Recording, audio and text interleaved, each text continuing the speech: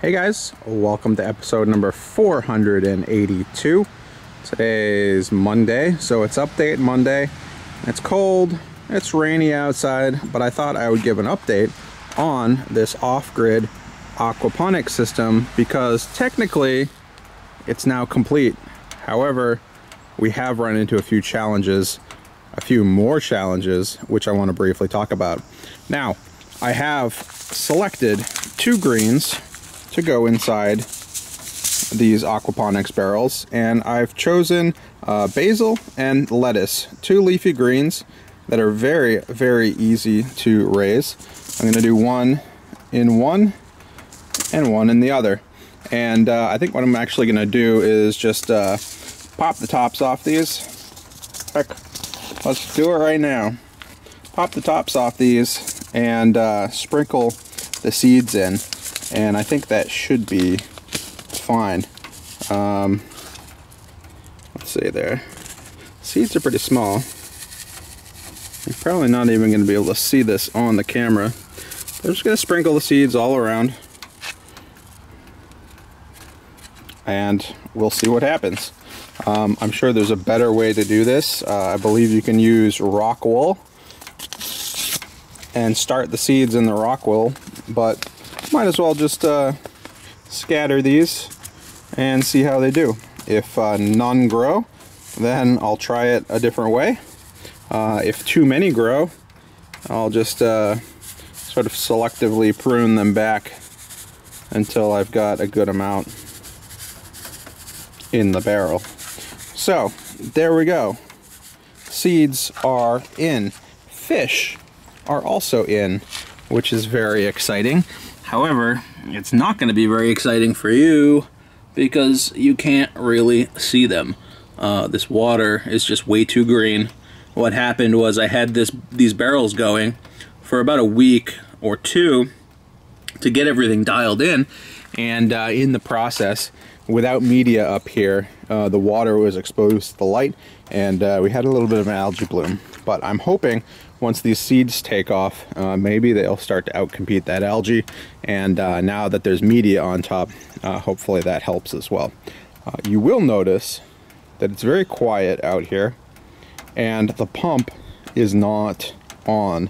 It was sunny out yesterday, the pump was going all day, and then it went all night as well, and then it cut out sometime in the middle of the day today because the battery ran out of juice. And I knew this was going to be a problem. The solar panel, when it's sunny out, I think it can produce something like 20 times as much power as the little pump needs to run.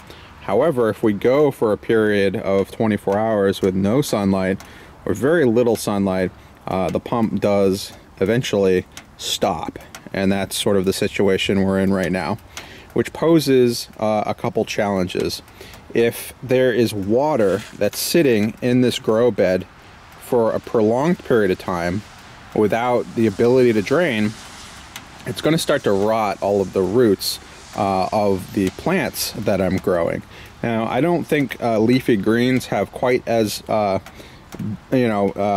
problem with that standing water, but still, it's not good, and it's going to hamper their growth if nothing else. So I have two options. I can buy a second battery and hook it up inside my dry box, or I was thinking I might also be able to drill a tiny hole in the bottom of each one of these barrels so that in the event of a power outage like this, any water that was still in the top part of this chop and flip barrel would be able to very slowly trickle down back into the bottom barrel. Now, that might work, but I don't know if it's the best solution. So I'd love your input on which one you think I should do. I think the proper way to do it would just be to suck it up and buy another battery. But if I'm looking to save a buck, you know, I might be able to just drill a hole and see how that does. It might also be difficult to go back. It's hard to take back a hole once you've drilled it. So, you know, that's sort of what I'm thinking about at the moment. One other problem we had was with this pea gravel. As you guys know, I've been testing this out as an alternative to my hydroton.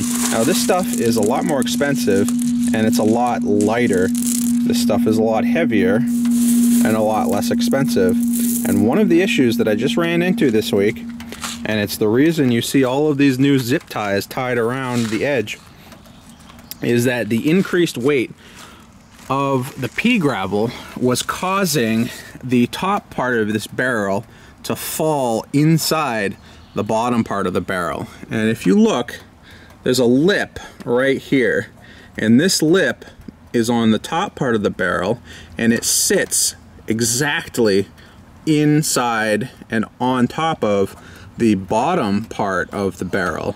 And if that's not lined up exactly, what happens is one slips inside the other, and you know, you sort of lose your structural stability of the chop and flip barrel.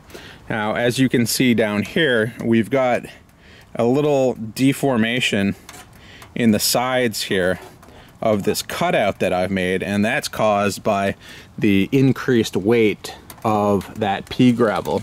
If we look over here, the hydrogen barrel, there's no deformation on that cutout window.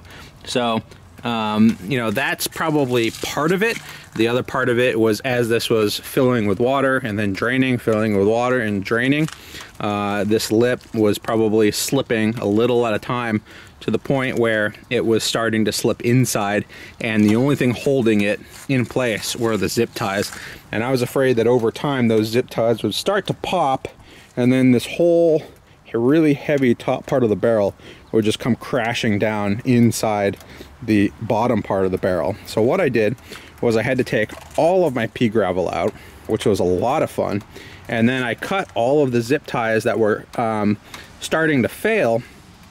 I drilled twice as many holes, and then I put the top part of the barrel back on the lip so that it's sitting right where it needs to, and then I zip tied all of those back all the way around. So I do need to come back and trim these zip ties. I do need to get a second battery, most likely, for this system, but the fish are in. Just about a dozen or so feeder goldfish from Petco, so nothing special, but it'll start me out. They are alive, they're just difficult to see. Hopefully when this clears up, I'll come back and show them to you. But that's it. We've got our seeds in, and pending a sunny day, the pumps will be back operational, and maybe in a few days I'll get a second battery to sort of double the capacity of this system. But all kinds of little learning experiences out here. It's been a lot of fun setting up this system, and I think it's almost at the point where it's going to be self-sustaining. So hope you guys enjoyed, and I'll see you guys later.